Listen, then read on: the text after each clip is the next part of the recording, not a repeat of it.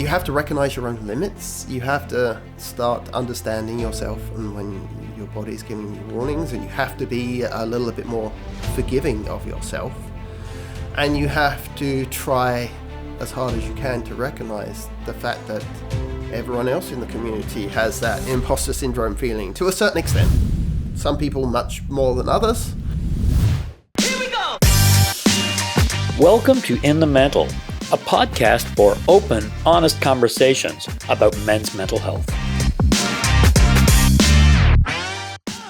On today's episode, we're talking with Andrew Wright about imposter syndrome, failure, and finding purpose through process. Andrew, welcome to the podcast. Thank you very much for having me.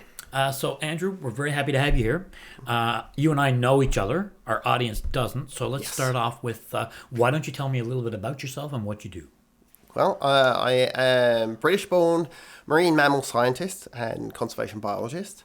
So that means I study marine mammals, especially whales and dolphins, and I try and apply that knowledge to advocating for their conservation and protection. And so I started through biology, behavioral studies over the years, got into the effects of noise on marine mammals. At that point in time, it was a fairly emerging field, and I specifically got interested in the sublethal effects of noise. By that I mean sort of stress and displacement and masking and all those sort of things.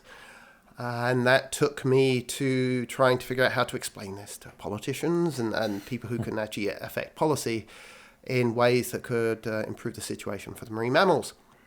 Figured out they weren't really listening, so decided to try and convince the public to push them instead, and got into science communication that way, and ultimately into conservation psychology and conservation social science, including conservation marketing, taking all those tools where the humans are the study animal, to try and apply that to conservation causes, because we really manage humans and not people.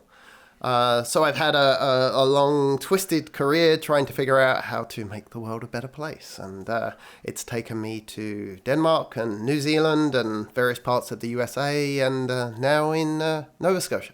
Right on. And right here into the studio. And right here into the studio. So now go, on the note of moving into humans and stress. Mm-hmm. One of the things that interests me and why I invited you here today is you do some speaking to the scientific community about imposter syndrome.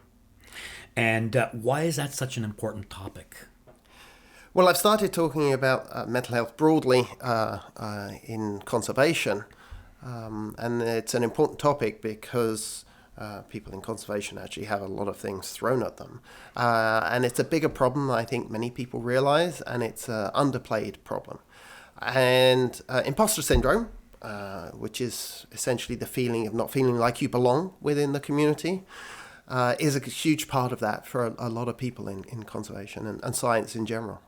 So it sounds like that's widespread, and I know that is a thing like in other professions, but why is it so widespread in the scientific community, do you think? Well, in the scientific community, there's a bunch of reasons why imposter syndrome is really well spread. First of all, as soon as you start your career, you're doing your baby steps into the career, and you have to present your work. You go to a conference with all these people who have been in the field for 40 years, and they have written papers for the last 3 decades. Right, yeah. And that's your audience. And it's very easy not to feel like you belong. It's very easy to feel like, what am I doing up here talking about this thing? These people already know everything. So that's a huge contributor in the sciences in general, not specifically in biology or conservation. And then as you proceed, you get into your PhD and you start to learn a little bit more about usually a much more focused topic. And you can start to feel a little bit like you've got some expertise in an area. But then as you're doing your scientific work, something doesn't go well. Something goes wrong. And you can feel very much like, oh my God, I'm just faking it. And I'm not really there. I'm not really doing science. I'm making a mess of everything. Because in the scientific community, we see everyone's papers. We see everyone's scientific successes. All of those things that didn't work never get published. Rarely get published. Rarely Right. get published. So you never see those failures. You never see when people are unsuccessful at achieving something. And even when people do present their data, even when people do publish things, often they publish a subset for various reasons. You get rid of statistical outliers, which is a thing that you're allowed to do statistically, and it cleans up the data and makes it look better. There are various good reasons for doing it. There are equally good reasons for not doing it, but a lot of people do use that to sort of clean up their data and present something that tells a more cohesive story. And again, it looks to readers that everyone else is doing fabulously and succeeding, and so it can lead to this feeling among an individual, feeling within an individual that's common among scientists in the field, that they're not doing nearly as well as others in the community, and that's imposter syndrome. Sounds a little analogous to social media in general and the way it's in our lives. We always see influencers and we see what people are doing, and we kind of see the tip of the iceberg of everything that's going well, but we don't see everything that's Absolutely. going wrong. Absolutely. People only post about their trips where they're on a beach in Hawaii with a cocktail. They don't show you the 4 hours that they had to wait at Toronto Airport or wherever else to get there. They don't show all of these things unless they're specifically intending to complain about something. So you see that very much curated and edited version of people's lives on social media. Those pictures where everyone looks perfect. You know, again, some people post the pictures where they look terrible and it's more like self-deprecating humor, and that's fine. But 99% of stuff on social media is that curated ideal of a life. It's not really telling a life story. It's that ideal of what people's lives should be. And that creates that fallacy and the disconnect, because you look at your everyday life where you can't afford to go there, or you try and do that and it ends up being a mess, or whatever it is. And again, people really only share their successes and the high points on social media. So that creates a lot of pressure. And I imagine like that's the pressure that you internalize in the scientific community, in that I have to get something out, I have to get published, I have to be successful. Oh, absolutely. And on top of that, the entire scientific community is built on this concept of publish or peril. Publish or perish. It is peril, though. It is peril. It is peril, especially if you get it wrong. No, publish or perish. So this concept is the fact that a scientist is measured by the number of publications they put out. So if you have 200 publications, you're an amazing scientist. If you only have 2, you're clearly a beginner or a novice. In theory, that holds to some extent, but the pressure then to get on as many different papers as you can, to get your name out there is one thing. And if you are not feeling very successful and you don't think what you've got is worth publishing, then that sort of hinders that process, and it can hinder you getting a career down the line. An added factor into that is if you happen to get a degree at a university that's got a big cohesive group and lots of funding, you can end up then doing your PhD, postdoc, so forth and so forth, and you end up in this big group and you get on lots of papers. But if you're sort of outside of those cliques, it's harder to publish, it's harder to get funding, it's harder to get your names out there. And of course, at any point, if you have a break, if you're a woman and you actually go away and have a baby for a couple of years, or anyone that has a break in their career because they can't get funding or for whatever other reason, then you don't have a publication history for the last 2 or 3 years, whatever it is, and that can also derail getting sort of back in and more jobs and funding. So it's kind of like social proof. Yes. Right? Yes, it is social proof. And the big problem in conservation is that a lot of things that have the biggest conservation impact don't count. So if I spend time working in a government process and we end up producing several reports over 5 years, and then ultimately something gets put in place and it changes the outcome for a species and maybe improves their situation, none of that counts towards this publish or peril scientific literature mentality. So it doesn't help you get into a university. It doesn't help you get into a tenured professor job. It doesn't help you get into your next thing. In an academic sense, it may very well help you get into some policy roles or into an NGO. But in a pure scientific sense, that doesn't count. So even that, working there, a lot of people who are in academia and would like to stay in research are wary about getting those sort of roles because they know in the back of their minds the consequence. So.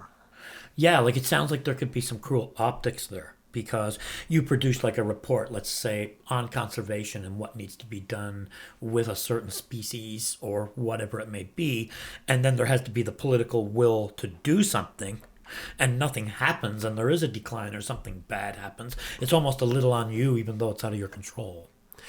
Yes, that's definitely another thing that influences conservation biologists. Every person in the world, when they have failure, it affects their mental health.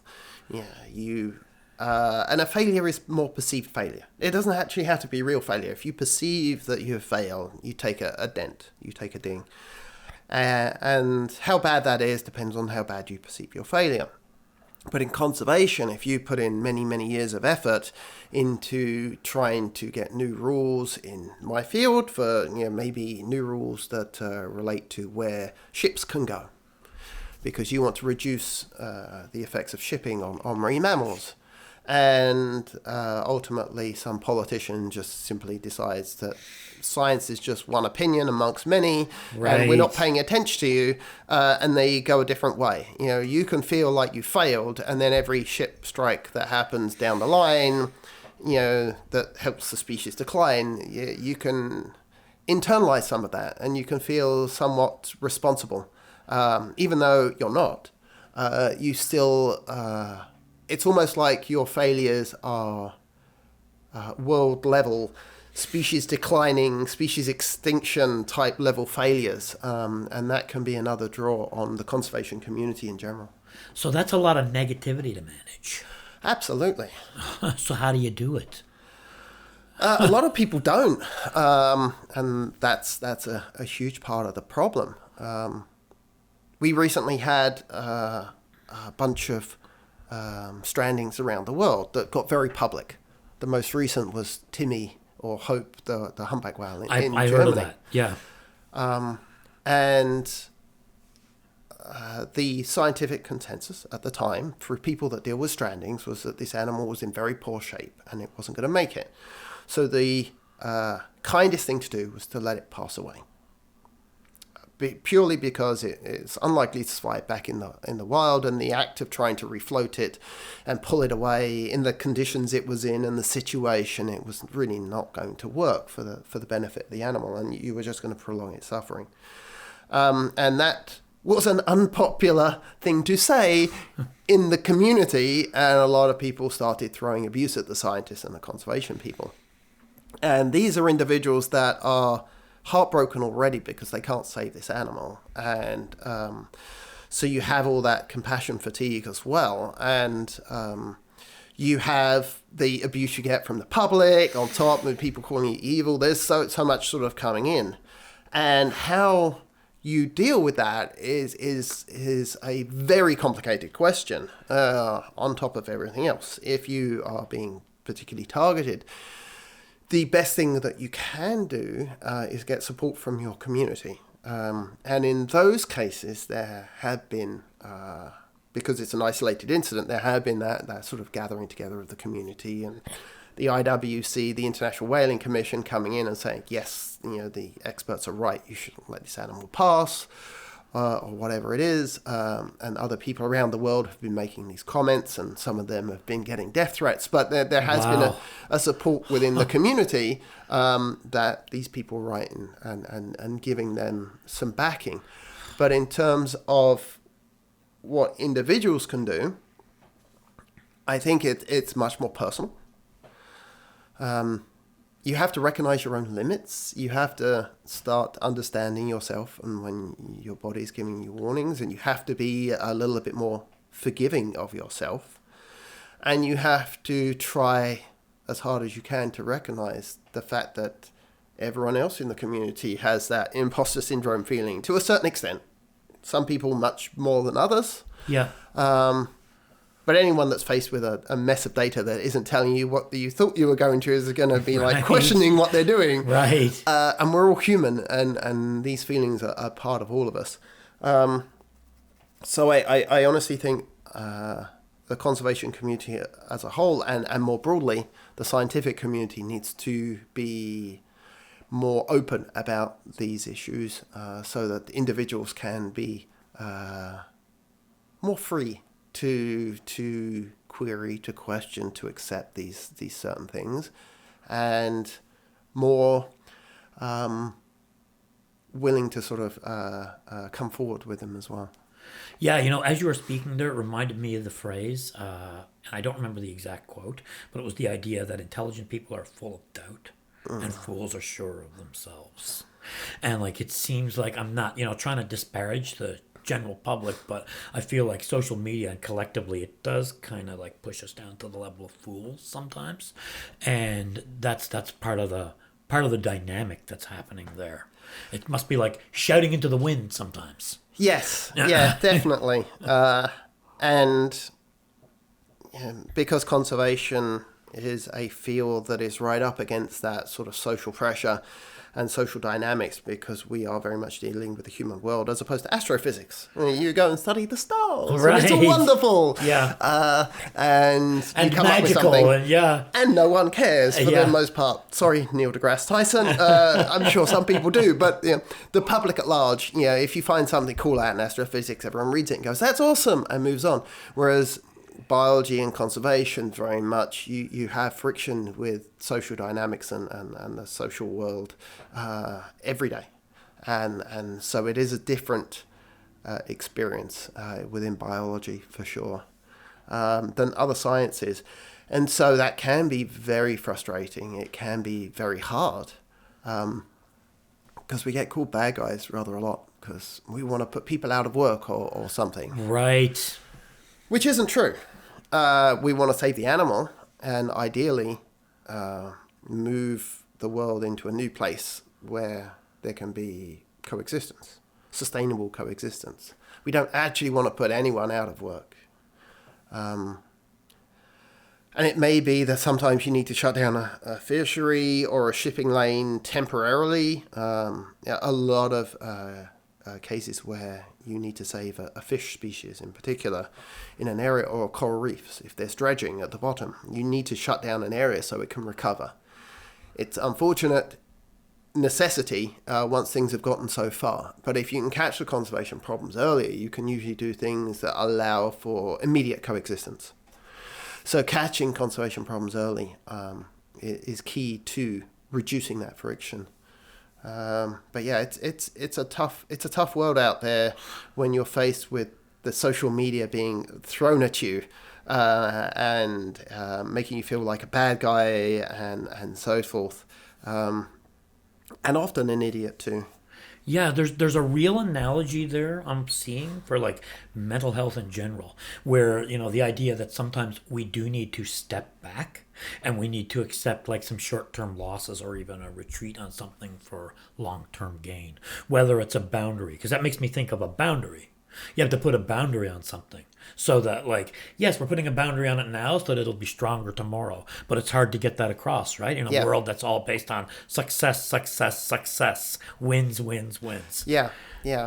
And humans are not great at looking long term, generally speaking, and most people, let's be honest, are living paycheck to paycheck in the world, and fishing, especially in small communities, is everything, and we saw that in Newfoundland with the cod crash. That's where I'm from, and I remember absolutely. It well.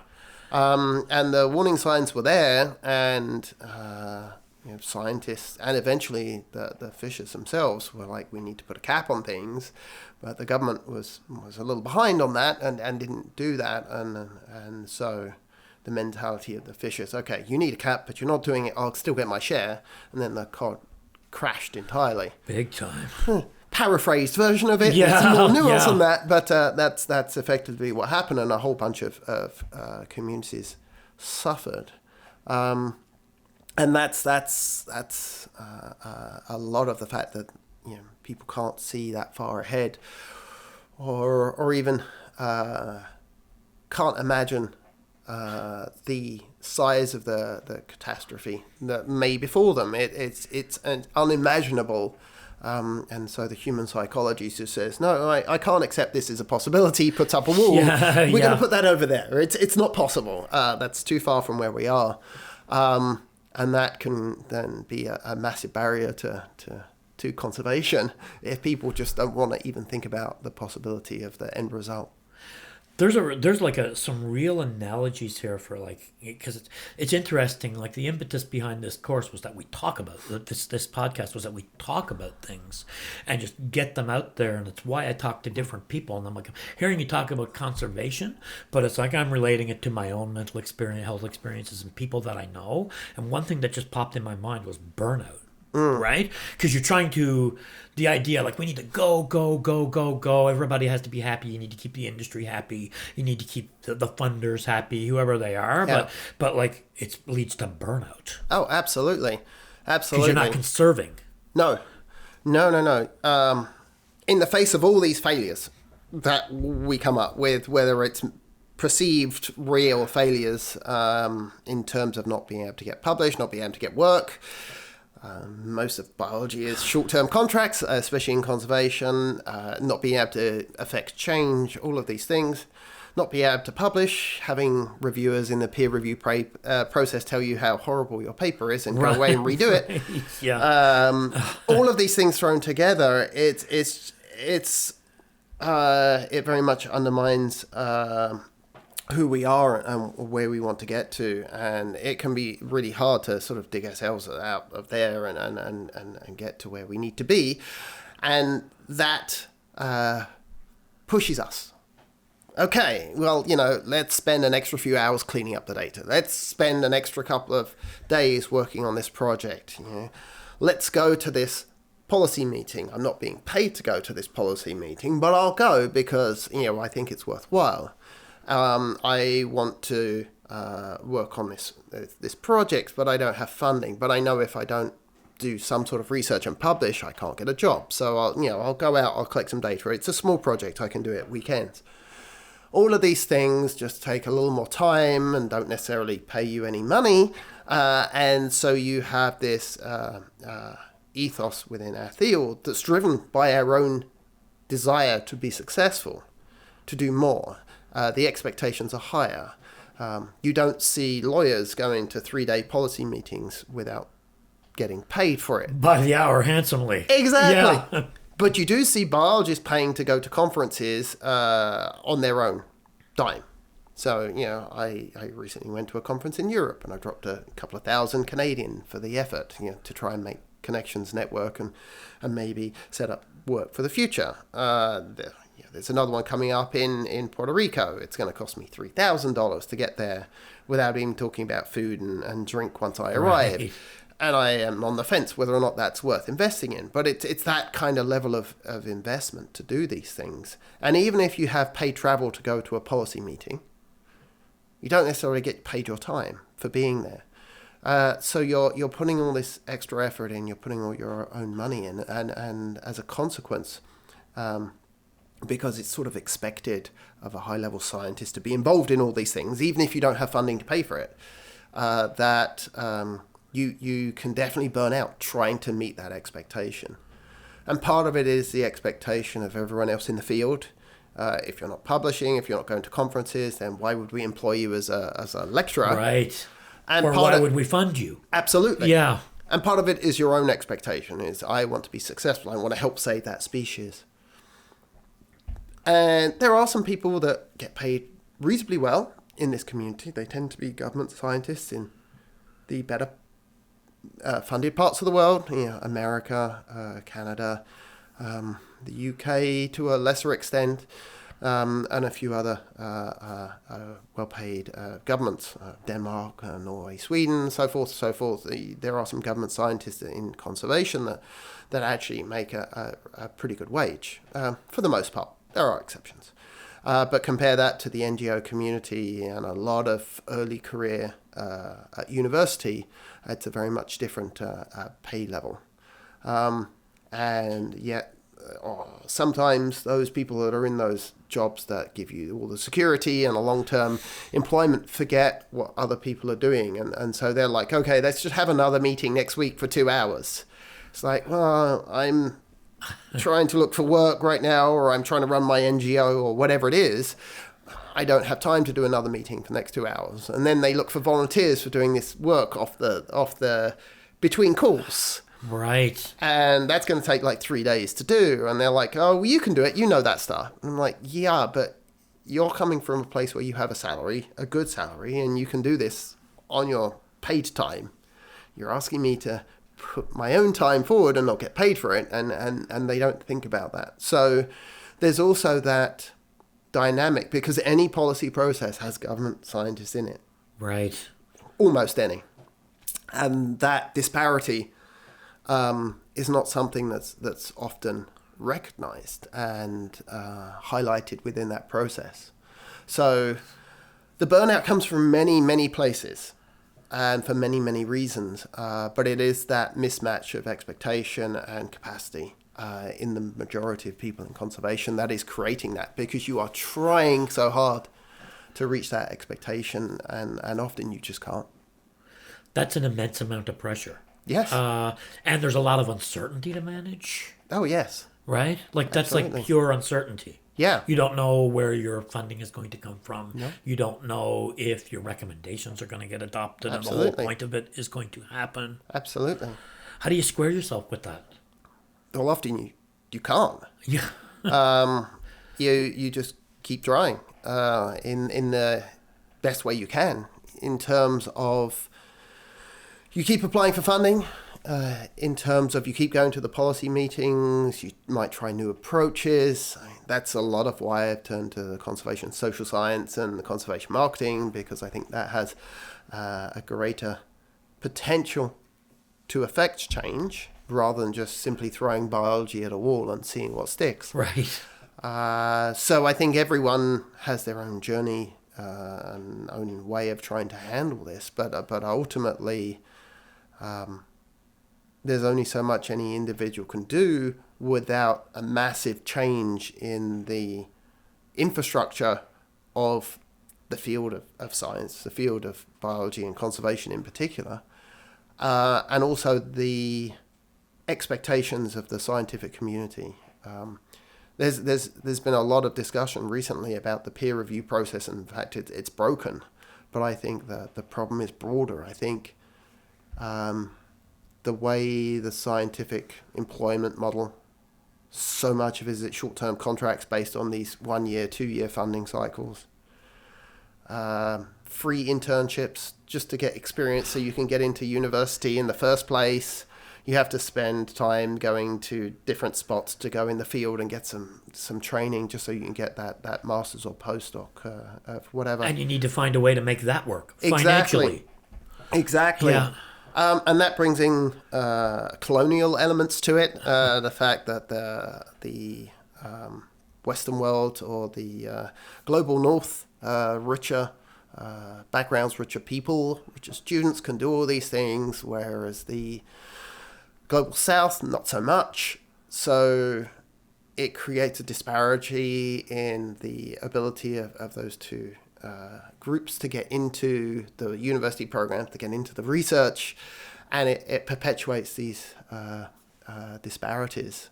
Scientists, conservationists have it bad. You're even worse off if you're not privileged to a certain extent in the first place. Right, yeah, because you've got to find a way to make it work financially and do this work for free. Absolutely. And show up for free. Absolutely. Because you need to, because the system's set up that way. Yes. Like a lot of our systems Yes. are set up that way. I think of like corporate internships and all that stuff. It's kind of, it's set up a little backwards. How do you find this tends to show up with people in the science sector? Like, is it burnout? Is there a lot of turnover? Like, do people just say, I'm done, I leave, and only the most committed stick? Like, how does it show up? Quite a few people do leave, especially that transition between sort of coming out of university with a bachelor's degree in science. There's a big amount of cut down before you get into a master's or a PhD, if you want to go that way. And a lot of that is that need to go out and get those internships. A lot of people go, I'm not spending more money on this, I'm going to go work in a bank or something else. I worked in a bank to pay for my internships, but some people like the money and stay in the bank. So you've got that thinning. And then once you've got a master's or PhD, some people go into NGOs, some people want to go on to universities. It's another thinning point because there are a lot more PhDs than there are postdocs. So a lot of people get to that point and sort of drop out because it's just too hard. And there is not enough employment to cope with everyone, which is going to be an unnecessary thing that I think will continue going forward. But then once you're in the system and you get in there, as I said, if you take a break for whatever reason, maybe your funding gets cut and you have to look for something else and you don't publish for a few years, that can be a point where people have to leave because they can't get back in again. So there's these various points which sort of cull the herd, and each of them are stressful for anyone involved, and they may lead to people not doing what they would like to do ideally. A lot of reason why I like being in the field is, to me, going on the water and seeing the whales really does sort of... It's your passion. It is. Yeah. And so people have to square that when they leave the field, and a lot of people don't want to leave the field, so they deal with that pressure. They deal with that mismatch of capacity and expectations. They deal with all the uncertainty, and they deal with all of the requirements right up until the point they break themselves, and they have the burnout, or they have a complete breakdown. And some people at that point walk away, throw their hands up and leave. I've seen that a reasonable amount myself. Some people take a break and then try and come back. Some people try and repackage what they've been doing and maybe step back from academia and then try more into the conservation, often having to take a pay cut to do that because the on-the-ground NGOs often are more hand-to-mouth, low-budget type affairs by necessity. But people can then explore their passions, even if they have to compromise their paycheck to do so. And other people just keep pushing as best they can, and it may demonstrate in other ways, like just generally being grumpy and mean all the time.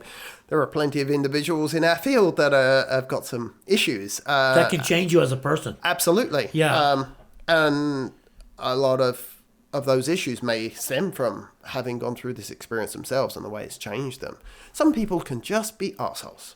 Right. But, and some of us are just arseholes, let's be fair. Yeah. But I think in many ways, the career path is hard. And that doesn't mean that other careers are not a lot easier. There are other career paths that are hard. But there are definitely ways this career path line can change people and make people a lot more jaded, a lot more angry. People are tired a lot. And that makes interactions, it makes doing your job effectively all the more difficult. Yeah, because I mean, I've suffered burnout myself. Yeah. And once you get over that precipice, it's a hard ride back. Oh, absolutely. Yeah, you have a lot of work to do. Absolutely. Yeah. Do you think that in the sciences, do you think men and women internalize this differently? I think so. I think to be fair, I think women have it a little bit harder in the first place. I think in biology and conservation, actually, there's a lot more women sort of coming into the program in the university path and so forth. But the hiring higher up still seems to favour men, in particular white men, although a lot of the racial disparity seems to be more on that sort of colonial need to be funded and privileged to get in the first place part. But yes, there is definitely some disparity there, and women face a harder career path in many ways. Plus, a lot of daily life is harder for women anyway, in terms of, getting assaulted by advertising and so forth. Yeah. But I think where the men have it harder is that the expectations on men is that we're not emotional, that we just stick with it, we just push through. Man up is still a thing. Man up is still a thing. So I think that's where the problem is more for the men, is that we are less willing to ask for help. We're less willing to seek out assistance with all of these problems, because it's kind of just expected we deal with it and roll with the punches and as you said, man up. So I believe that's a good chunk of the issue, is that the men in the field just keep going past the point they're broken. I'll work harder. I'll do more. Exactly. Yeah. Exactly. And I myself have been there. I was trying to get a cruise on the water during COVID, and not an easy task, especially when the government didn't have any idea how they were supposed to handle that. Right. So they kept asking me for 2 or 3 different options of plans of how to do this, but without telling me what their COVID protocols were going to be, and deadlines were coming up, and I had to get contracts in place and so forth, but no information was coming. So I ultimately put forward a process and said, I am going to do this for COVID on the boat. This is the way we're going to do it. And then about a week and a half later, it dropped as the official government policy for how to do it. And I'm like, yeah, thanks, you're welcome. But all this was going on, and I was getting increasingly stressed at how to do this. And I was working like 16 hours a day to try and plan for this cruise. And my boss was the mental health champion of the department. And at one point I said to him, I just can't do this. I need more help. It's breaking me. I can't do it. And he was like, well, you just have to do it at any cost. I was like, the cost is me. Yeah.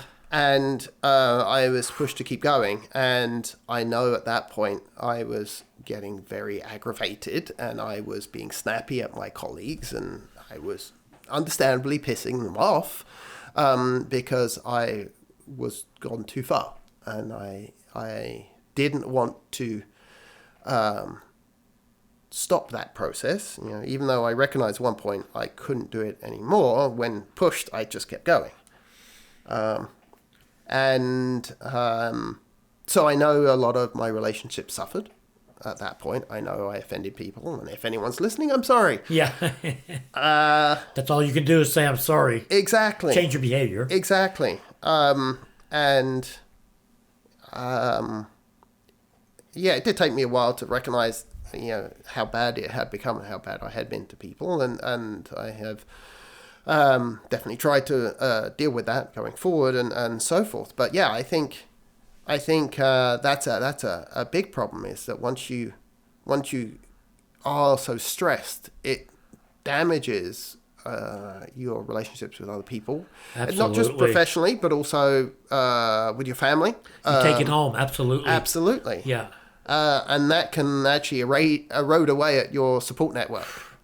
So it's very much counterproductive. And it turns into a downward spiral. Exactly. Right? Exactly. So trying to get the help you need before you get to that point is very important.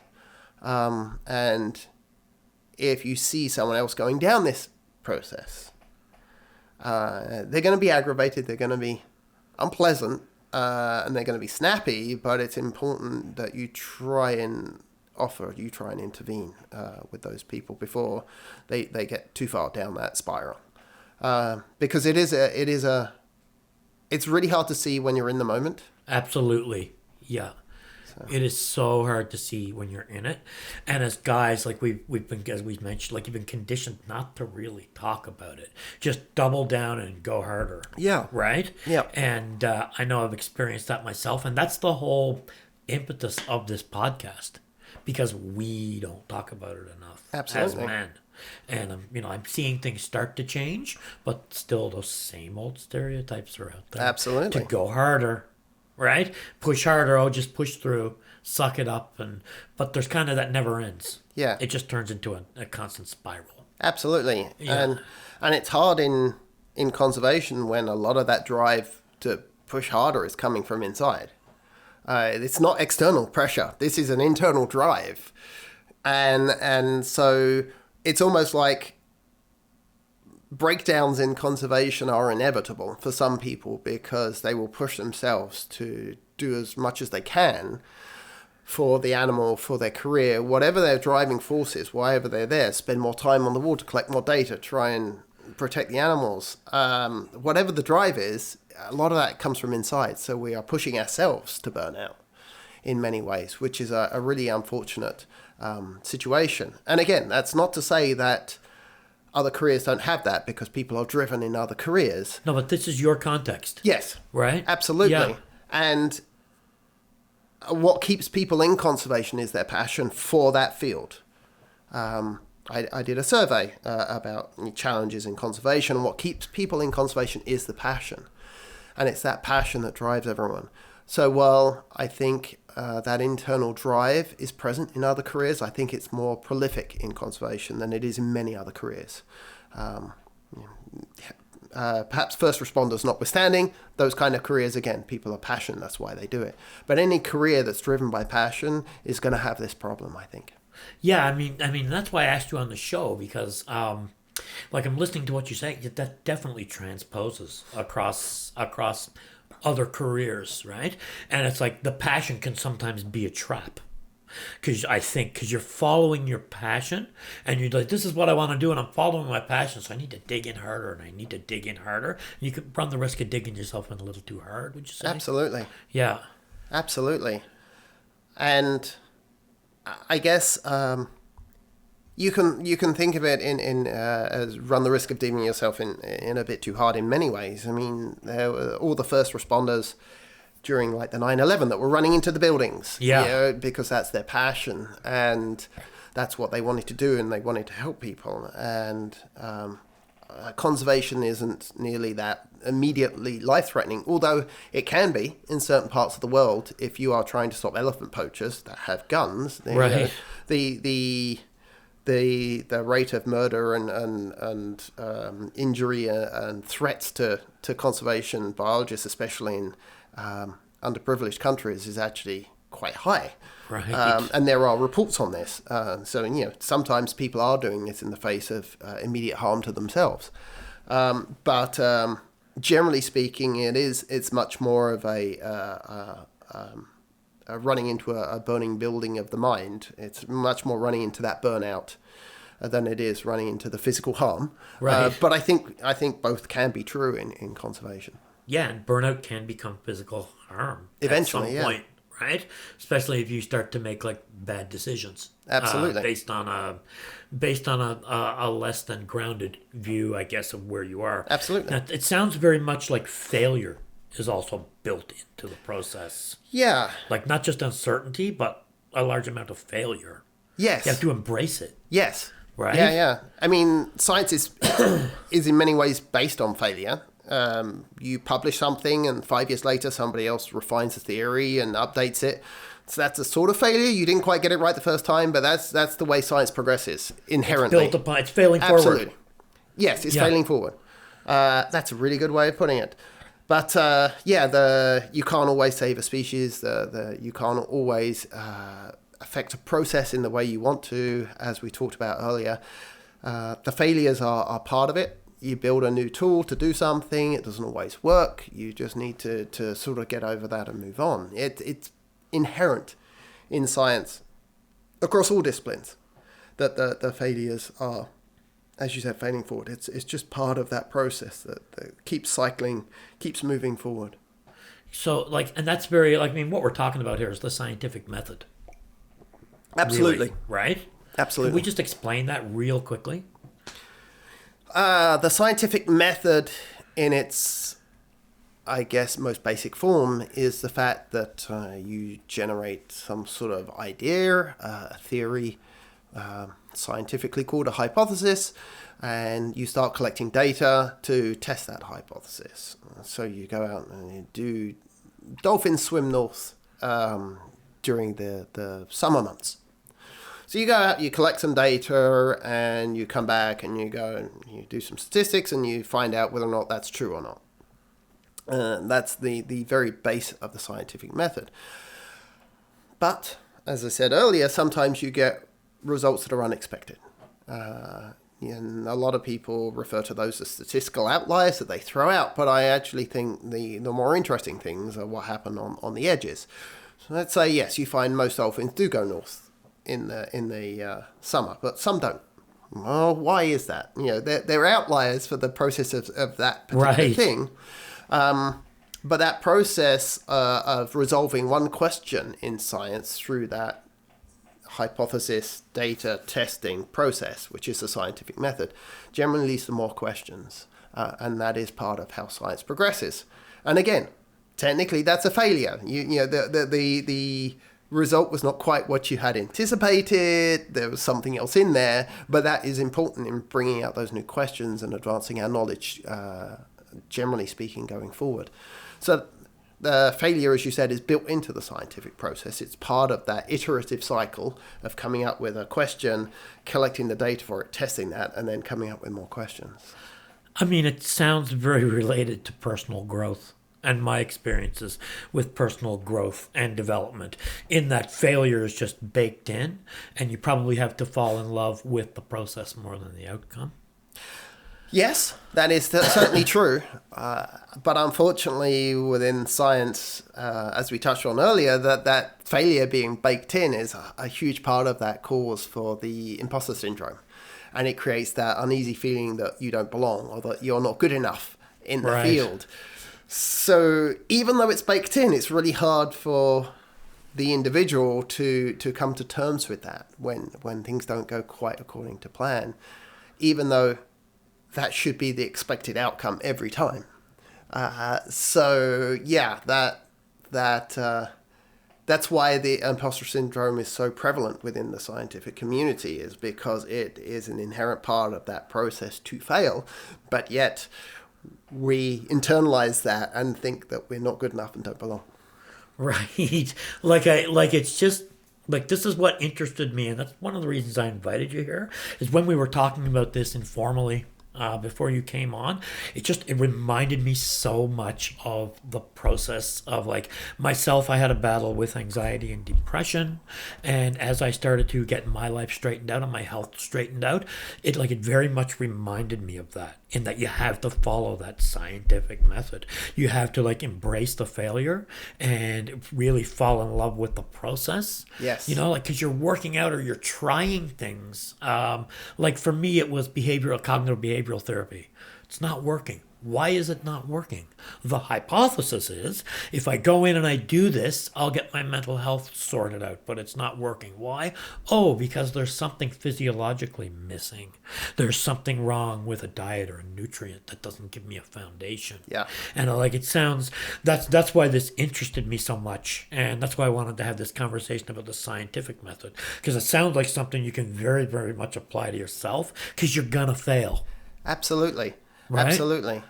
And I think in science, you slowly overcome the imposter syndrome with repeated steps through that process, in terms of the fact that you finally get to a point, you, as you said, with personal growth, you accept that process and you no longer feel like you don't belong because you've got used to it.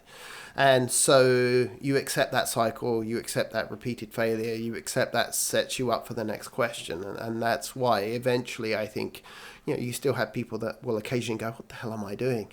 But I think once you get so far in the career, it becomes less prevalent because you have acclimatized to that process. But it's definitely very much more prevalent early on.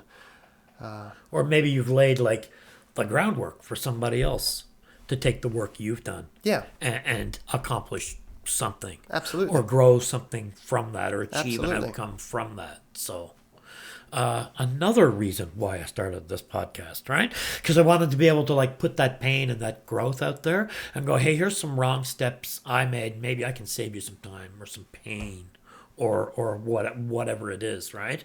And I think like just as a little segue here, I think one of the important things is to find some outlets and some passions outside of what you do for a living. What do you think about that statement? I couldn't agree more. During my own PhD, the only way I could really get to sleep without my head running through all the data that I'd been crunching and why it wasn't working, what I could do, was to go bouldering, climbing without the ropes. Okay. And you have these routes that you have to get up, and it's about where you position your body and how you move to get to the top. And they're mini puzzles, but it's also very physical. And it was that combination of having to engage the brain to solve the puzzles while also moving the body and using your body that allowed my brain to switch off and me get enough exercise so that I could sleep. And doing physical activity is incredibly helpful as a thing to be doing outside your career, especially if you have a career that's heavily intellectual. Get you moving, it's very helpful. But Gets you out of your brain a little, absolutely. right? Yeah. And everyone has to find their specific thing. A lot of people like, you should go running, you get in the zone, or you should go swimming. And I'm like, if I do either of those, my brain still runs. I can't stop it. So the climbing for me was the thing to do. But other pursuits also helpful. I've gone through a range of performance skills. Now, this is where we met in this an is where we acting met, class. yeah. And this is where I was like trying to skillfully guide us towards yes. was improv. Yes. You do some improv. Just I tell do me a some little bit improv. about improv. Improv comedy. There are various forms of improv. I do mostly improv comedy. And the basic premise there is you set up the rules of a scene. Maybe you're in a laundrette. Maybe you can only speak with 4 words in a sentence. Maybe you can speak and every sentence has to be starting with the next letter of the alphabet. Whatever it is. You come up with these rules and then you do a scene. Yeah. And Scene, 2 guys on a podcast. two guys on a podcast, yes. Or 3 guys on the beach, whatever it is. You will then do a scene, and the idea is that scene is, because it's improvised, because it's made up as you go, the idea is, and the comedy comes from the fact that if someone says something that's a little bit strange, a little bit out there, because they're reaching for whatever they can get, the next person just sort of accepts this new reality and rolls with it. And so the scene can generally become a lot more silly very quickly. Yeah. And that's where the comedy arises, is out of that process. And a lot of why I have gravitated to improv is because it is built on failure. The improv comedy is often more funny when things go wrong. Absolutely, yeah. And I have found it a good way to help myself come to terms with accepting failure and to accept that as part of the process and to allow me to sort of wipe the slate clean and move forward. Because, I mean, what you were talking about there was that idea of yes and. Yes, you've given me this offer and I'm going to add this to it and Absolutely. I'm going to build on it. How do you find that helps you with your relationships? With Professionally or professionally personally? and personal relationships? I think in terms of the professional relationships, it helps me through taking on board what other people say and then sort of going with it rather than having someone say to me something and then sort of going, no, I completely disagree. Especially in policy processes, I now try and, to the extent I can, and there are still some times where you have to say, no, I completely disagree with you. But if I can take an element of that and say, yes, and I think we can use that part and go forward, but I think we also need to do that. It's a way of trying to be a little bit more collaborative. And to a certain extent, use that in personal relationships too, for the same reasons. If you're having a fight with your other half, it's very easy to sort of say no, whatever. I have tried, and you have to ask my partner if I'm successful or not. I have tried and when I remember, again, harder to do if you're in an argument, try and again take a piece and accept that reality and then build from there. Even if I don't accept the whole thing, take that piece and build on that. And again, I think it's a useful tool to have. How successful you are at it depends on how practiced you are and how much you bring it in as a regular thing, how much you're conscious of trying to bring it in. With improv comedy, it's very much part of the ethos and it's second nature to me now in that improv setting. In the real world, it's not there yet, but I am still working on it. Everyone's a work in progress. So. Yeah, I mean, it's just, it's very much a matter of practice, and that's also much a matter of fail forward. In that, okay, maybe I didn't do something in the relationship right, but I am like celebrating my little victories and that I did it a little better. Because I've found it's made such a difference even in like my communication. And the other one is active listening, I think. Yes. Right? Do you find it's made you a better listener? Yes, I think it has, especially in person. It's still a little difficult to be a fully active listener over a 4-hour Zoom call. Yeah. Everyone tunes out a little bit on those. Death by meeting. Exactly. Yeah. However, if you're in person and you have someone actually talking to you and you can see their body language, which is another part of the thing I've learned in improv and acting. The acting classes I've taken with you and others, is to watch people's mannerisms and how they are presenting something, because you can learn so much through that as well. But to take those skills in active listening and active watching and really get to the core of what someone is trying to say, regardless of how effective they are at saying it, if you can try and understand the key part of what they are trying to communicate, that active listening skill and active watching skills are very, very helpful in those situations, especially in policy meetings where you are sitting across the table from a fisherman and you're expected to be natural enemies going at it head to head for the 3-day meeting that you've got ahead of you. If you can use those active listening skills and tie that in with a little yes and you can build a relationship and a rapport, which is a lot of what improv teaches you to do, is build that relationship, build that rapport. If you can do that with people on the other side of the disagreement, it can actually really change the dynamic and really change the atmosphere, and you can be a lot more productive doing it. Oh, that can bridge so many gaps. Even just a little bit of understanding, just that glimmer of, because I think it increases by default our empathy when we're doing that. I'm listening, I'm trying to understand where you're coming from. Absolutely. I'm able to put myself in your position a little better, and it's so much better than like walking in, like with that preconceived notion of we are opponents.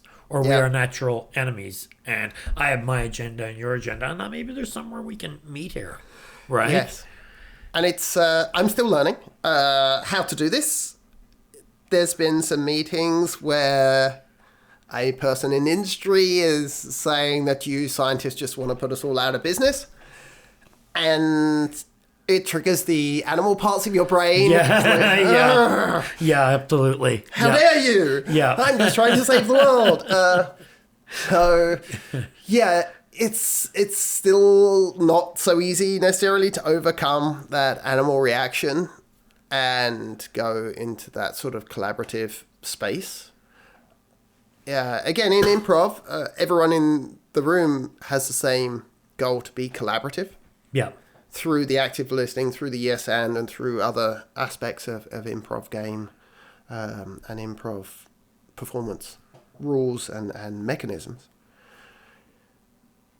in the policy room, in the science discussion room and so forth, not everyone else has that same agenda to be collaborative, and they want their thing, and you have to deal with it, and you can bring them to that point sometimes. Sometimes you can't, and again, you just have to accept that. Yeah. Sometimes you can bring them towards where you need to get as a unit between you, but you have to overcome yourself to do it sometimes. I'm still learning. I'm still trying. I don't get it right every time. I know I can do better, but it's a process. Same for me. I fail forward. I've accepted that as part of my process, of part of my own, I guess, scientific method. Because I am like, it is kind of like a hypothesis. I'm trying something. I'm getting data. I'm either doing something right or I'm doing something wrong, or I'm doing something kind of right and a little wrong, or vice versa. Absolutely. And that's why the scientific method interested me so much. Because sometimes in our personal journeys, we can just be like, oh shit, I failed. That's it. I give up. I'm just going to stick with the patterns I know because I know them and they feel safe.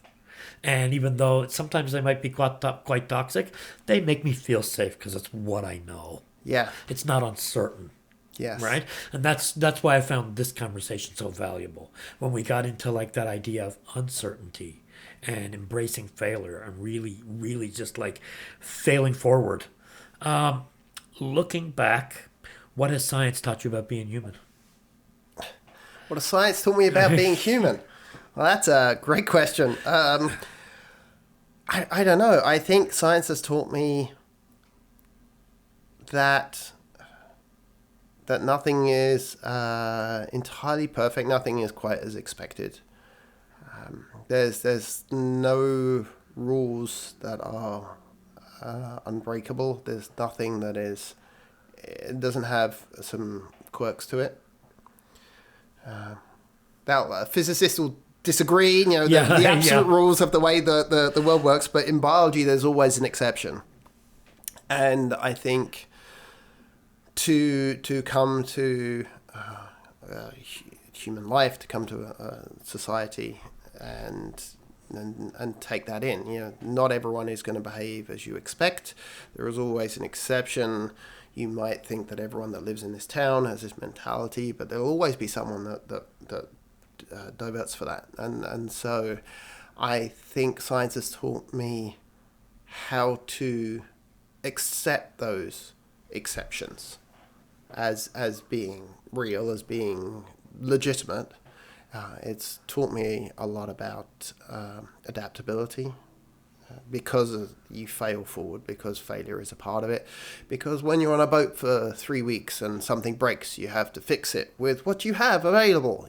So it's taught me adaptability, and to a certain extent, because my life has bounced around the planet to feed my science addiction. Yeah. I've had to reinvent myself in different places, or get used to living in Denmark or New Zealand or whatever, and sometimes with more success than others. But I think it's taught me to be adaptable, accepting, and open to things that are unexpected. This has been an awesome conversation. I'm going to put a thought out there, and then I'm going to ask you one more question. All right. I'm going to say, gentlemen, you want to grow your relationships and just grow yourself a little more. I'm just going to say, get your ass to an improv class, because I know Andrew's benefited from it as much as I have. It's changed my life in a myriad of ways, and it's just a fun pressure valve. It's a great way to release. And I'm just going to say, as you've seen here today, in your own process, in your own method, be a little scientific about your growth. Track what you're doing. Keep track of what's working, what's not. Embrace the uncertain. Don't fear failure. Embrace it. And just trust your process, that it's going to yield some results as you go on and you do that. Andrew, a final thought that you want to leave our audience with. Final thought to the audience. Science is hard. Conservation biology is harder. Life is harder still. Just be a little forgiving of yourself. It's all an iterative process. You go round and round and round, and everything you do is built on what you did last. And failure should be seen as a learning opportunity. rather than the end of the process. Because, as Jack Lemmon once said, failure doesn't stop us. What stops us is the fear of failure. So I think we could all learn to be a little more accepting of failure and forgiving ourselves when we do fail, because we will be a better person for it down the line. Andrew, thank you so much for coming here and sharing with us today. It's been you. a pleasure having you on here.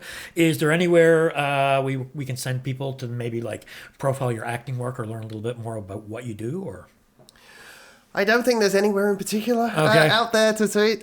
You can follow me on Instagram, O Marine Brit, as in underwater Englishman. Okay. I do post some of my acting stuff on there. That's probably the best place to watch for it. I'm not prolific, but it is there. So come and find me on there. All right. Thanks so much for being here, man. I am Michael Stack, and you have been listening to my chat with Andrew Wright on In the Mental. Until next time, I'm wishing you peace, happiness, and good health. Here we go! You've been listening to In the Mental. Check out our YouTube channel for some extra material with today's guest. And remember, this conversation is not a replacement for a qualified professional. So don't be afraid to get your ass to a doctor or a therapist. Until next time, stay healthy.